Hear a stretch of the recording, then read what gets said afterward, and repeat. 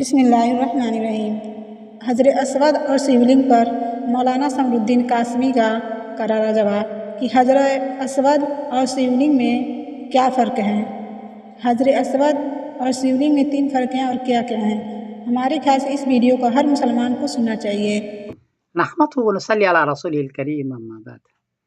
ہندوستان کے ایک مسلمان لیڈر نے اپنی تقریر میں یہ کہہ دیا ہے کہ غیر مسلم کا جو شیو لنگ ہے وہ اور بیت اللہ میں جو حجر اسود ہے دونوں ایک ہی چیز ہے، یہ انہوں نے کہہ دیا۔ لوگوں نے پوچھا ہے کہ بتائیے کہ دونوں میں فرق کیا ہے۔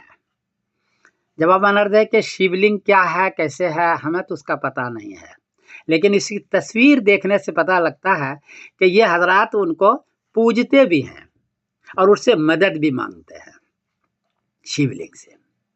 جبکہ مسلمانوں کے یہاں 3 فرق ہے۔ پہلی بات تو کہ یہ ایک پتھر ہے جو جنت سے لایا گیا ہے، یہ خدا کا جز نہیں ہے، کسی کا جز نہیں ہے یہ، بلکہ یہ ایک پتھر ہے اور جنت سے لایا گیا ہے اور ان کو وہاں پر رکھا گیا ہے صرف یادگار کے لیے بیت اللہ میں۔ ایک فرق یہ ہے۔ دوسرا ہے کہ ہم اس کی پوجا نہیں کرتے، اس کی عبادت نہیں کرتے اور اس سے مدد بھی نہیں مانگتے۔ ہم غیر مسلم شیو حضرت شیو کا تو پوجا بھی کرتے ہیں، سنا عبادت بھی کرتے ہیں، مانگتے بھی ہیں، ہم نہیں مانگ سکتے، یہ شرک ہے۔ اور یہ جو بہت سارے لوگ دیکھتے ہیں کہ مزاروں پر لوگ پوجا بھی کر لیتے ہیں مزار والے کا اور مانگ بھی لیتے ہیں، یہ صحیح نہیں ہے۔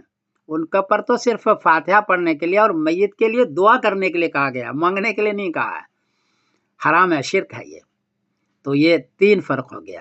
البتہ نبی کریم صلی اللہ علیہ وسلم نے اس کو چوما ہے، جیسے ماں اپنے بچے کو چوم لیتی ہے، اس سے مدد نہیں مانگتی اور اس سے اس کی پوجا بھی نہیں کرتے بلکہ چوم لیتی ہے شوق میں، ایسے نبی کریم صلی اللہ علیہ وسلم نے چوما ہے، اس لیے ہم بھی اس کو کبھی کبھار طواف میں چوم لیتے ہیں۔ یہ 3 فرق ہو گیا۔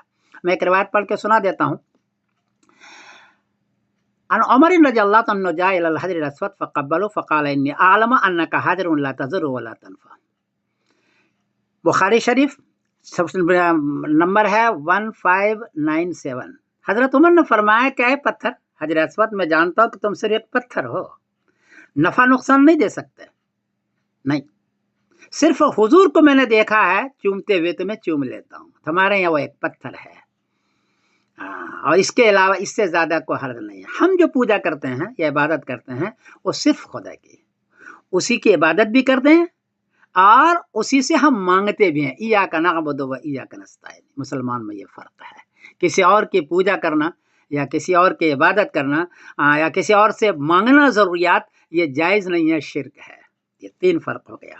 ایک تو ایک پتھر ہے یہ، دوسرا ہے کہ ہم اس کی پوجا نہیں کرتے ہیں اور تیسرا ہے کہ اس سے ہم مدد نہیں مانگتے، جبکہ غیر مسلم ان کو شاید پوجا بھی کرتے ہیں اور اس سے مانگتے بھی۔ یہ فرق ہے، اس کا خیال رکھنا چاہیے ہمارے لیڈروں کو۔ عقیدے کا مسئلہ ہے کہ اور اہم چیز ہے، اس کا خیال رکھنا چاہیے۔ السلام علیکم ورحمۃ اللہ وبرکاتہ۔